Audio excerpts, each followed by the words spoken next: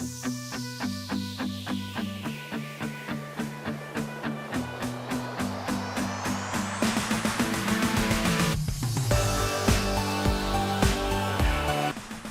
Friends, welcome to achievers DCT Shivamogga channel. ಸ್ನೇಹಿತರೆ, ಇದು exclusively diploma students ಗಾಂತಾನೆ ಡಿಪ್ಲೊಮೊ ಸಿಇಟಿ ಪರೀಕ್ಷೆಗೆ ತಯಾರಿ ನಡೆಸಲಿಕ್ಕೆ ಅಂತ ಈ ಯೂಟ್ಯೂಬ್ ಚಾನಲ್ ಅನ್ನ ಮಾಡಿದ್ದೇವೆ. ಸೊ ಇನ್ನು ಯಾರ್ಯಾರು ಸಬ್ಸ್ಕ್ರೈಬ್ ಮಾಡಿಲ್ಲ, ಸೊ ಅವರೆಲ್ಲರೂ ಕೂಡ ಈ ಚಾನಲ್ ಅನ್ನ ಸಬ್ಸ್ಕ್ರೈಬ್ ಮಾಡಿ. ಇನ್ನು ಮುಂದೆ ಹಲವಾರು ಉಚಿತ ಕಂಟೆಂಟ್ ಗಳು ನಿಮಗೆ ಪರೀಕ್ಷೆಗೆ ಸಲುವಾಗಿ ನಿಮಗೆ ಬರ್ತಾ ಹೋಗುತ್ತೆ.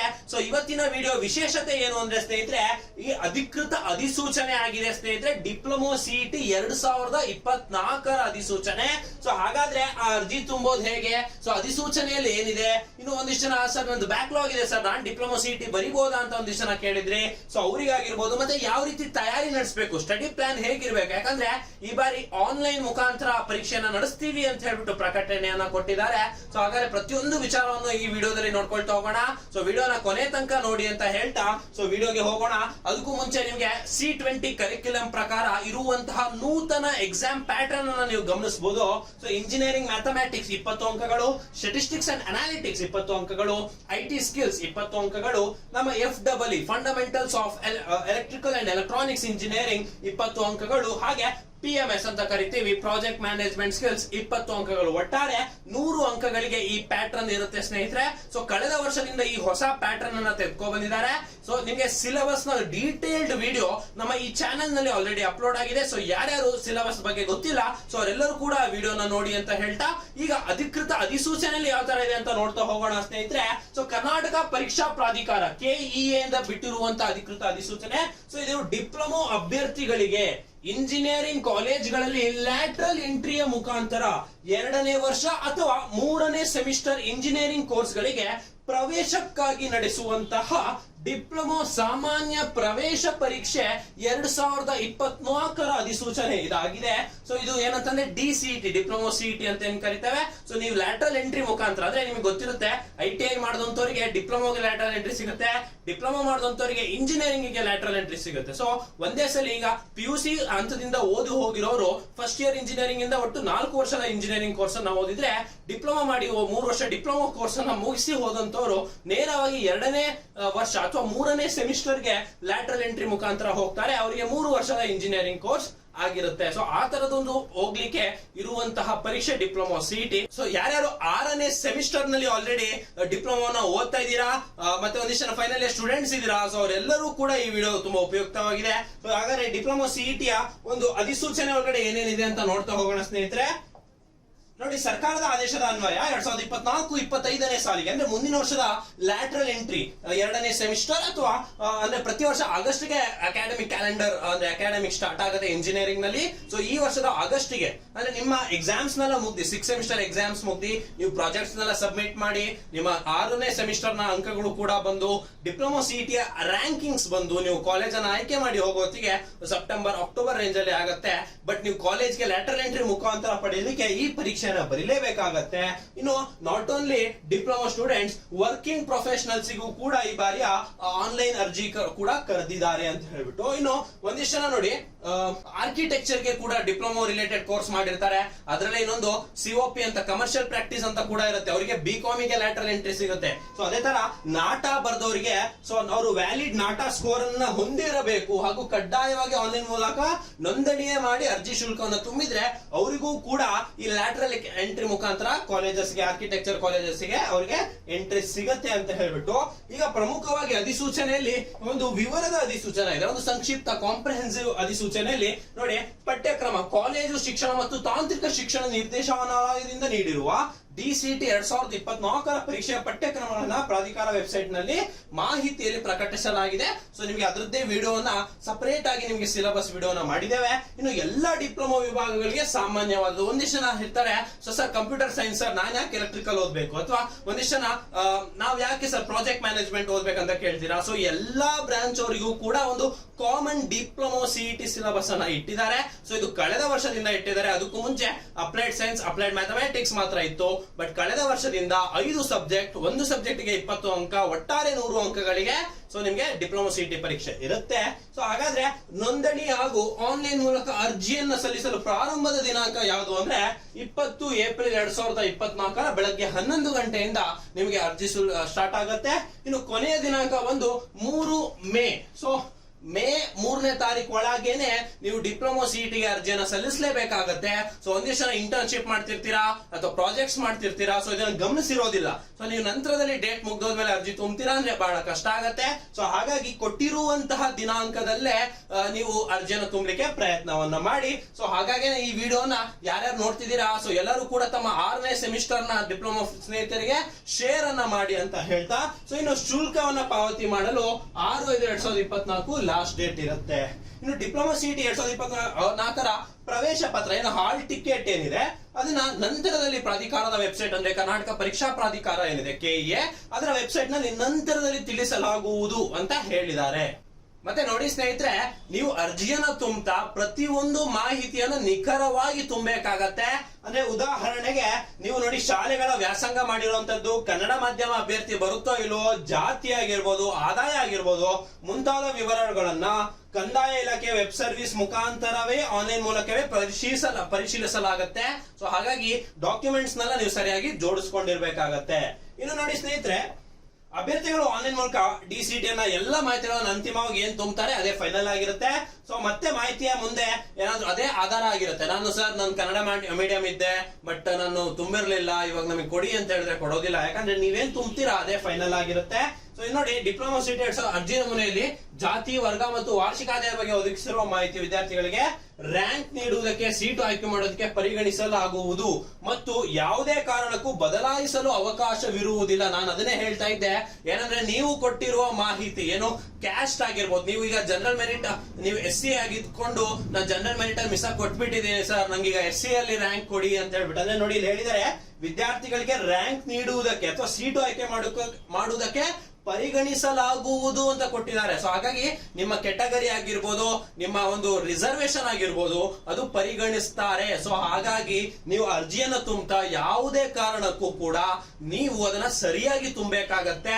ಸೊ ತುಂಬಿಲ್ಲ ಅಂದ್ರೆ ನಂತರದಲ್ಲಿ ಬದಲಾಯಿಸಲು ಅವಕಾಶ ಇರೋದಿಲ್ಲ. ಸೊ ಹಾಗಾಗಿ ನಿಮ್ಮ ಎಲ್ಲ ಡಾಕ್ಯುಮೆಂಟ್ಸ್, ನಿಮ್ಮ ಕ್ಯಾಸ್ಟ್ ಆಗಿರ್ಬೋದು, ಇನ್ಕಮ್ ಆಗಿರ್ಬೋದು, ಒಂದಿಷ್ಟು ಜನದ್ದು OBC ಕೆಟಗರಿ ಬರೋರಿಗೆ ಅದು ಡೇಟ್ ಅನ್ನ ಕೂಡ ನೀವು ಕರೆಕ್ಟ್ ಆಗಿ ಗಮನಿಸಿಕೊಂಡು ಹಾಕ್ಬೇಕಾಗತ್ತೆ. ಸೊ ಎಲ್ಲರೂ ಕೂಡ ಫಸ್ಟ್ ಡಾಕ್ಯುಮೆಂಟ್ಸ್ ಅನ್ನ ಜೋಡಿಸ್ಕೊಳ್ಳಿ. ಅರ್ಜಿ ಸ್ಟಾರ್ಟ್ ಆದಾಗ ಎಲ್ಲವೂ ಕೂಡ ಒಂದು ಪ್ರತ್ಯೇಕ ಒಂದು ನಿಮ್ಮೊಂದು ನಿಖರವಾದ ಡಾಕ್ಯುಮೆಂಟೇಶನ್ ಇತ್ತು ಅಂದ್ರೆ ನಂತರದಲ್ಲಿ ಅರ್ಜಿಯನ್ನ ತುಂಬಿ ಅಂತ ಹೇಳ್ತಾ, ಈಗ most important point of the ಅಧಿಸೂಚನೆ. ಸೊ ನೋಡಿ ಏನು ಅಂದ್ರೆ ಮೋಸ್ಟ್ ಇಂಪಾರ್ಟೆಂಟ್ ಪಾಯಿಂಟ್ 2024 ಡಿಪ್ಲೊಮಾ ಸಾಮಾನ್ಯ ಪ್ರವೇಶ ಪರೀಕ್ಷೆಯನ್ನು ಆನ್ಲೈನ್ ಮೂಲಕ ನಡೆಸುವ ವಿಧಾನ. ಸೊ ನೋಡಿ ಸ್ನೇಹಿತರೆ, ಇಷ್ಟು ವರ್ಷ OMR ಪೇಪರ್ ಬೇಸ್ಡ್ ಒಂದು ಪರೀಕ್ಷೆ ಇರ್ತಿತ್ತು. ಈ ವರ್ಷ ಡಿಪ್ಲೊಮಾ ಸಿಇಟಿ ಎಕ್ಸಾಮ್ JEE ಮಾದರಿಯಲ್ಲಿ ಒಂದು ಆನ್ಲೈನ್ ಮೂಲಕ ನಡೆಸುವ ವಿಧಾನ. ಇದಕ್ಕೆ KEA ಒಂದು ಮುಖ್ಯಸ್ಥರು ಕೂಡ ಇದಕ್ಕೆ ಒಂದು ಪ್ರಕಟಣೆಯನ್ನ ಕೂಡ ಕೊಟ್ಟಿದ್ರು. ಸೊ ನಾವೆಲ್ಲ ಕೂಡ ಹೇಳ್ತಾ ಇದ್ವಿ, ನೋಡಿ ಆನ್ಲೈನ್ ಈ ಬಾರಿ ಆಗ್ತಾ ಇದೆ ಅಂತ ಹೇಳ್ಬಿಟ್ಟು. ಸೊ ಆನ್ಲೈನ್ ಮೂಲಕ ನಡೆಸುವ ವಿಧಾನ, ಪರೀಕ್ಷಾ ದಿನಾಂಕ, ಸೊ ಅವರು ಮೇ ಅಂತ ಹೇಳಿದ್ರು ಪತ್ರಿಕಾಗೋಷ್ಠಿಯಲ್ಲಿ, ಬಟ್ ಈಗ ಮೇ 5ನೇ ತಾರೀಕು ತನಕನೇ ಅವರು ಅರ್ಜಿ ತುಂಬಲಿಕ್ಕೆ ಅವಕಾಶ ಇರೋದ್ರಿಂದ ಜೂನ್ ನಲ್ಲಾದ್ರೂ ನಿಮಗೆ ಪರೀಕ್ಷೆ ಆಗತ್ತೆ. ಸೊ ಹಾಗಾಗಿ ಮತ್ತು ವೇಳಾಪಟ್ಟಿಯನ್ನು ಕೂಡ ನಂತರದಲ್ಲಿ ಪ್ರಕಟಿಸಲಾಗುತ್ತದೆ ಅಂತ ಕೊಟ್ಟಿದ್ದಾರೆ. ಸೊ ನೀವಿಲ್ಲಿ ಗಮನಿಸಬೇಕಾಗಿರೋ ಅಂಶ ಯಾವುದು ಅಂತಂದ್ರೆ ಆನ್ಲೈನ್ ಮೂಲಕ ನಡೆಸುವ ಸಾಮಾನ್ಯ ಪರೀಕ್ಷೆ ಅಂತ ಹೇಳ್ಬಿಟ್ಟು, ಅಂದ್ರೆ ನೀವು ಆನ್ಲೈನ್ ಎಕ್ಸಾಮ್ಗೆ ತಯಾರಿ ಆಗಿರ್ಬೇಕಾಗತ್ತೆ. ಸೊ ಇದರಲ್ಲಿ ಹೆಚ್ಚು ಪಾರದರ್ಶಕತೆ ಇರುತ್ತೆ ಅಂತ ಹೇಳ್ಬೋದು, ಯಾಕಂದ್ರೆ ನಿಮ್ಮ ಆನ್ಸರ್ ಕೀ ನಿಮಗೆ ಸಿಗುತ್ತೆ.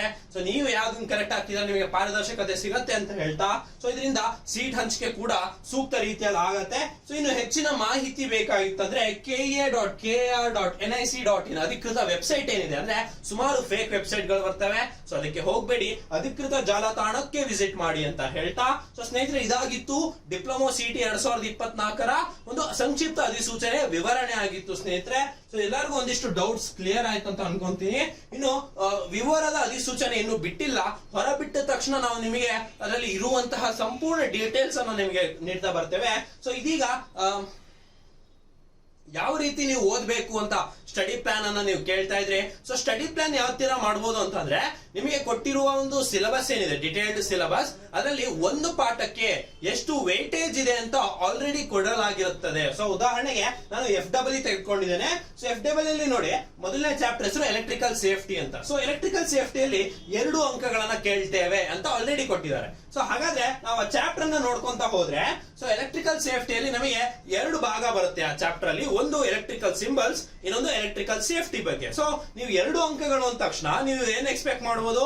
ಎಲೆಕ್ಟ್ರಿಕಲ್ ಸಿಂಬಲ್ಸ್ 1 ಕ್ವಶನ್ ಬರ್ಬೋದು, ಎಲೆಕ್ಟ್ರಿಕಲ್ ಸೇಫ್ಟಿ ಇಂದ 1 ಕ್ವಶನ್ ಬರ್ಬೋದು ಅಂತ ನೀವು ಸಾಮಾನ್ಯವಾಗಿ ಎಕ್ಸ್ಪೆಕ್ಟ್ ಮಾಡಬಹುದು. ಸೊ ನೀವು ನಿಖರವಾಗಿ ಪ್ಲಾನ್ ಮಾಡಿ ಓದಿದ್ರೆ, ಸ್ಟ್ರಾಟಜೈಸ್ ಮಾಡಿ ಓದಿದ್ರೆ, ಆ ಚಾಪ್ಟರ್ ಅಲ್ಲಿ ಪಕ್ಕ 2 ಅಂಕಗಳು ಯಾವುದೇ ರೀತಿ ಕೊಟ್ಟರು ಕೂಡ ತೆಗೆದುಕೊಳ್ಳುವಂತಹ ಒಂದು ನೀವು ಕೌಶಲ್ಯವನ್ನ ನೀವು ಬೆಳೆಸ್ಕೋಬಹುದು ಸ್ನೇಹಿತರೆ.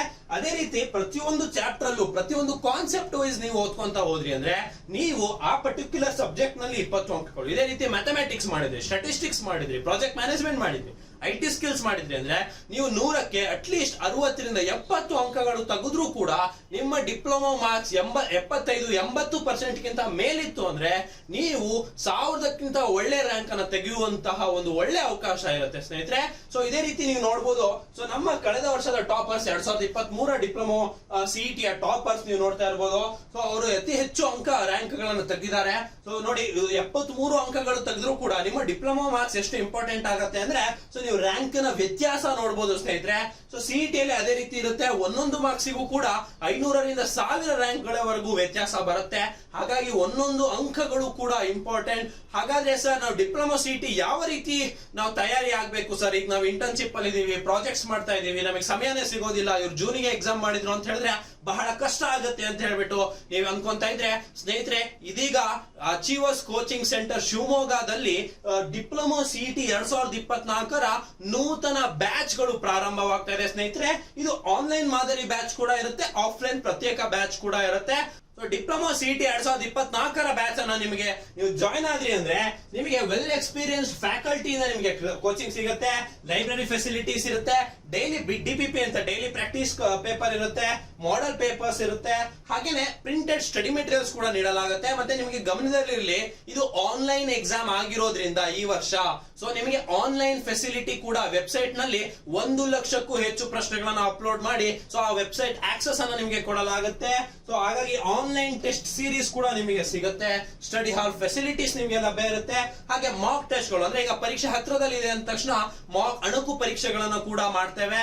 ಸೊ ಈ ರೀತಿ ನಿಮಗೆ ಸಂಪೂರ್ಣವಾಗಿ ಈಗ ಒಂದು ಕಾನ್ಸೆಪ್ಟ್ ನಿಮಗೆ ಕ್ಲಾಸ್ ಆಯ್ತು ಅಂದ್ರೆ ಅದರದ್ದೇ ಒಂದು ಕಾನ್ಸೆಪ್ಟ್ ಟೆಸ್ಟ್, ಈ ರೀತಿ ಪ್ರತಿಯೊಂದು ಟಾಪಿಕ್ ಅನ್ನ ನಿಮಗೆ ಸಂಪೂರ್ಣ ರೀತಿಯಲ್ಲಿ ನಿಮಗೆ ತಯಾರನ್ನ ಮಾಡಲಾಗುತ್ತೆ. ಸೊ ಹಾಗಾಗಿ ಡಿಪ್ಲೊಮಾ CET 2024ರ ಬ್ಯಾಚಸ್ ಗಳಿಗೆ ನೀವು ಈಗಾಗಲೇ ಜಾಯ್ನ್ ಆಗಬಹುದು. ಅಡ್ಮಿಷನ್ ಸ್ಟಾರ್ಟ್ ಆಗಿದೆ. ಸೊ ಅರ್ಲಿ ಅಡ್ಮಿಷನ್ ಆದ್ರೆ ನಿಮಗೆ ಡಿಸ್ಕೌಂಟ್ ಆಗಿ 5% ಕೂಡ ಸಿಗುತ್ತೆ ಅಂತ ಹೇಳ್ತಾ, ಸೊ ಇನ್ನೂ ಸರ್ ನಮಗೆ ಹೆಚ್ಚಿನ ಮಾಹಿತಿ ಬೇಕು ಇದ್ರ ಬಗ್ಗೆ ಅಂತ ಹೇಳಿದ್ರೆ ಸ್ನೇಹಿತರೆ, ಅಚೀವರ್ಸ್ ಕೋಚಿಂಗ್ ಸೆಂಟರ್ ರಾಘವೇಂದ್ರ ಮಠದ ರಸ್ತೆ, ತಿಲಕ್ ನಗರ್ ಮೊದಲನೇ ಕ್ರಾಸ್ ಅಲ್ಲಿ ಇದು 10ನೇ ವರ್ಷದ ಒಂದು ಆನಿವರ್ಸರಿ ಸ್ನೇಹಿತರೆ.